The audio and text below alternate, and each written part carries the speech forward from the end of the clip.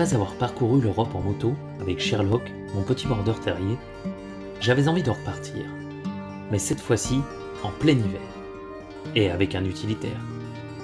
Mon Renault Kangoo 1,5 litre DCI, spécialement aménagé et équipé pour l'occasion, serait notre compagnon pour parcourir plus de 10 000 km. Alors je t'invite une nouvelle fois à partager cette aventure avec nous. C'est parti! Tu m'étonnes qu'on avait froid, il fait 1 degré s'il te plaît.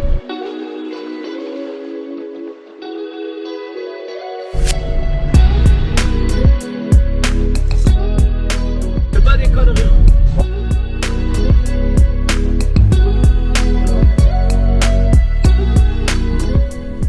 C'est une sacrée journée. Allez, on est reparti. Donc aujourd'hui, on va aller à Porto. Et voilà le pont Gustave Eiffel. On est là. Et on va descendre doucement en direction du désert des Bardenas.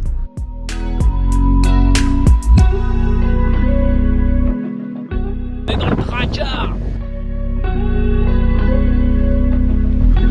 Moi je suis avec Louis. Et Louis, il vit dans la montagne.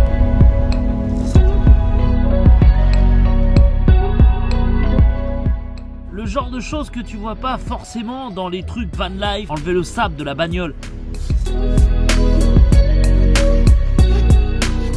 Que te conseiller d'aller manger?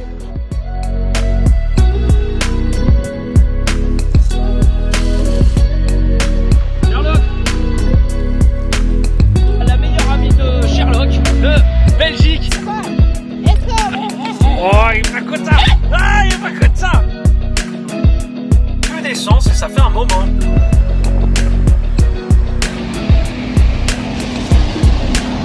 Abonnez-vous hein. Ouais, donc du coup on a bien roulé hein, quand même hein. C'est pas mal, il y a de la salade, des frites, mais niveau poulet. Et là en fait c'est l'éléphant. Sherlock, annonce-nous les récifs. C'est que les planches se cassent pas la gueule. Et ben voilà, quiero un café et un pastel de nata. Oh, les chauds quoi. Vous avez un peu le courage, descendez tout en bas de la falaise. On voit même le moteur du bateau. Je comprends pas pourquoi les mecs y pêchent, alors que franchement tu vas au supermarché d'à côté, tu peux t'acheter une boîte de sardines pour 1 balle.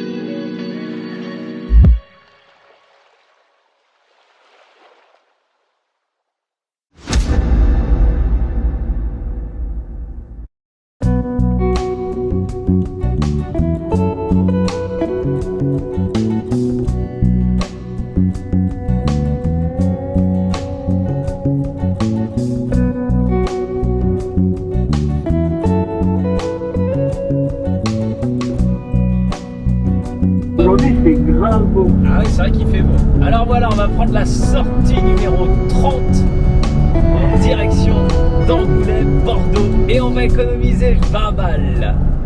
Alors on est en train de passer pas très loin du Futuroscope, donc en direction de Bordeaux. Et apparemment il faut sortir, prendre la nationale 110, qui est une nationale qui est limitée à 110 km/h en plus. Et du coup ça te permet d'économiser 20 balles de péage. Bon, il nous reste 218 km et environ 2h40 de route. Et un truc que je trouve quand même sympa avec ce Kangoo là en 1,5 litre DCI, c'est qu'il consomme que dalle. J'ai mis le plein tout à l'heure, j'ai mis un peu plus de 90 balles, 1000 km d'autonomie, et là je suis même pas à la moitié du plein, j'ai fait 442 km. Il fait beau aujourd'hui là, on est en plein mois de février, il fait 14 degrés, on a un grand soleil.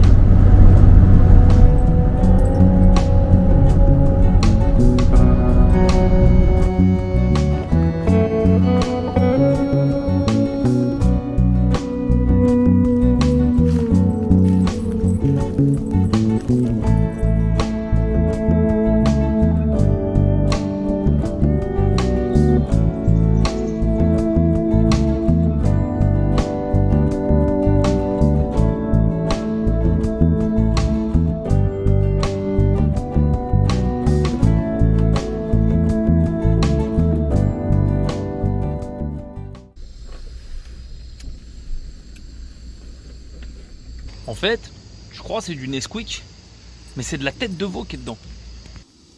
Et voilà, je t'avais dit, c'est pas du Nesquik.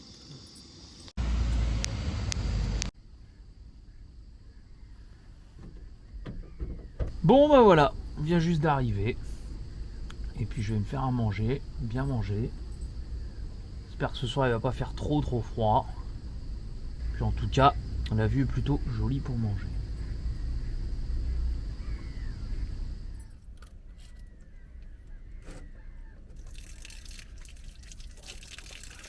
Alors si jamais t'as oublié ton éponge, comme je viens de le faire, bah, tu peux toujours prendre un masque, ça dépanne. Bon bah du coup, on n'est pas si mal que ça dans le van. Sherlock il est là. Il est en train de mater les gens dehors. Je vais mettre la télé sur l'EcoFlow.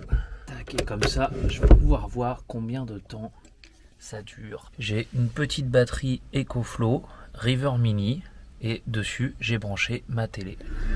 Ouais bah franchement c'est nickel niveau son. On est pas mal.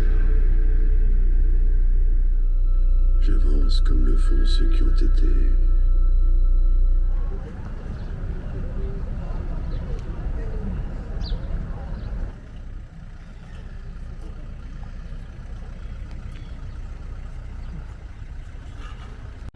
Donc voilà l'endroit où on a passé la nuit avec Kiki. Donc en face de l'eau, hein, sur un parking quand même, où il a fait 4 degrés et à l'intérieur au moment du coucher on avait 17 degrés. Dans la nuit je me suis réveillé, il faisait 9 degrés. Alors moi franchement j'avais chaud, tranquille, mais le chien lui il avait un petit peu froid. Donc bah, du coup il s'est retrouvé avec moi sous la couette puisque je lui ai acheté un super manteau. Mais il veut pas le mettre. Bon, tu m'étonnes qu'il faisait pas chaud dans la nuit. Il fait 3 degrés là ce matin. Et là, on va en direction du coup du bassin d'Arcachon et ensuite la dune du Pilat. Qu'est-ce que t'en penses, Sherlock, d'aller au bassin d'Arcachon et de la dune du Pilat? Et il y a un parc ornithologique. Il y a des ornithorynques. Ça change des palmipèdes, Kiki. Eh oui! Les palmipèdes. Ah, mon petit chien. Est-ce que l'ornithorynque est un palmipède? Bah, moi, j'y rien compris. Hein? T'as dit palmipède, toi? Ah, c'est un palmipède. Et tu vois les voisins? N'est-ce pas, toi? N'est-ce pas, toi? Tiens. Oh.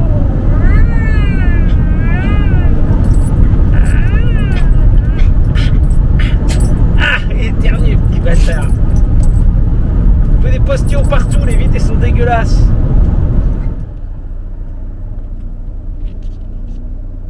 Voilà notre bateau.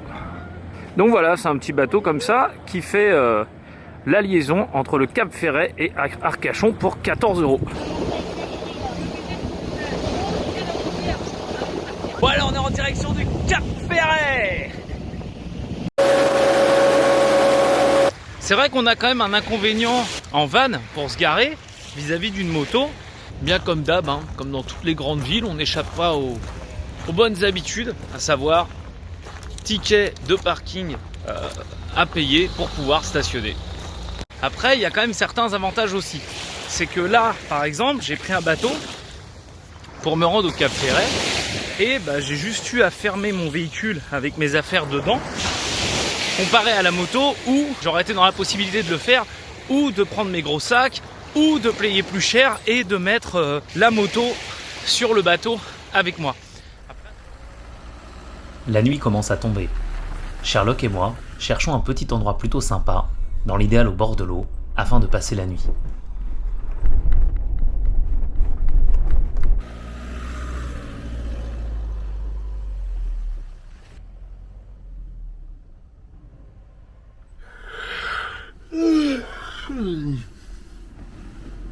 Oh.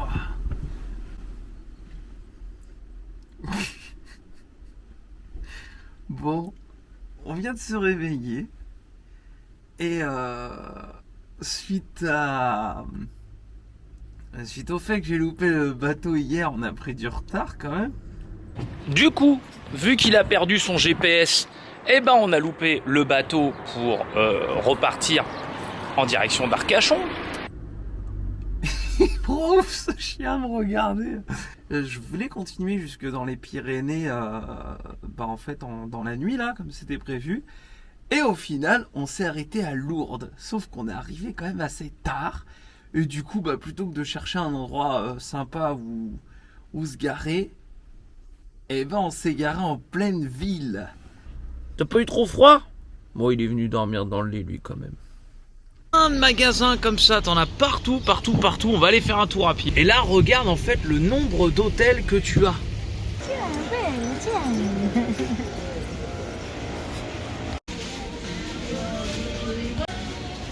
Là, ça va.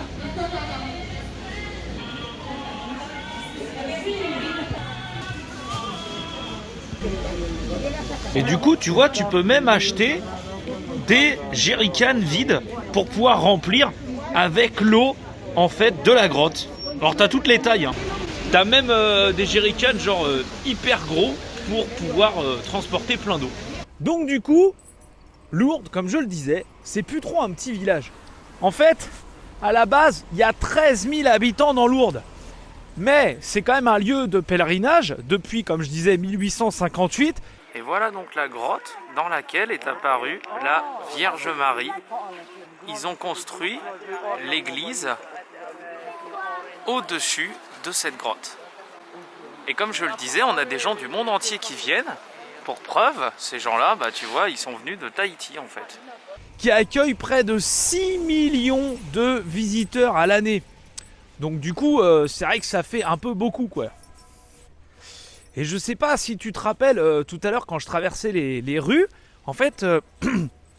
et du coup, moi, ce qui me choquait, c'était le nombre d'hôtels qu'il y avait à Lourdes. En même temps, il y a 144 hôtels, 22 000 lits et 12 000 chambres pour, au final, une population de 13 000 habitants seulement. C'est quand même énorme, l'histoire.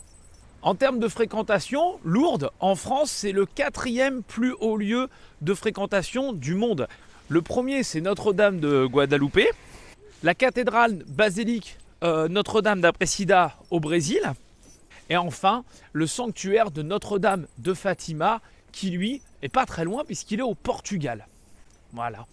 Et du coup, sur la route sur laquelle on est à Lourdes, ensuite, en descendant en direction de l'Espagne, et en prenant vers l'ouest, tu as Saint-Jacques-de-Compostelle également. Alors réellement, c'est impressionnant parce que c'est vide en fait.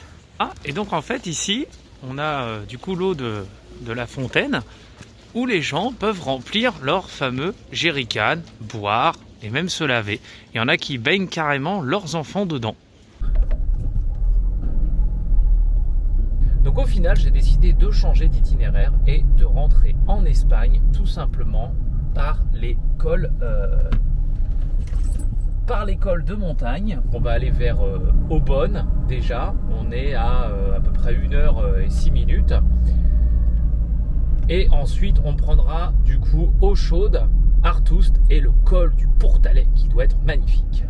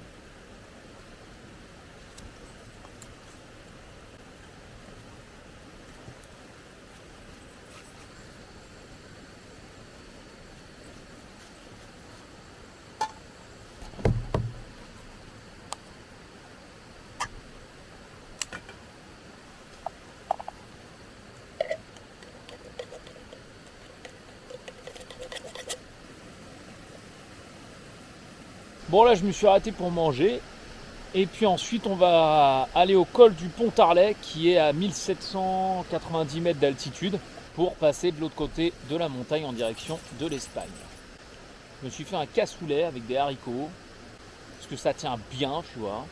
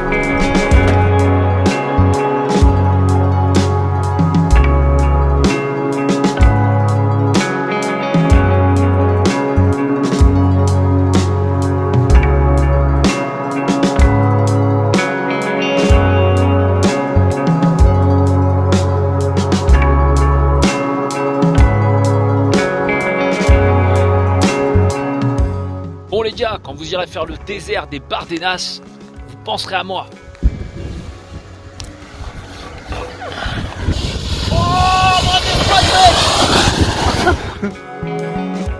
J'espère vraiment que ce premier épisode t'a plu.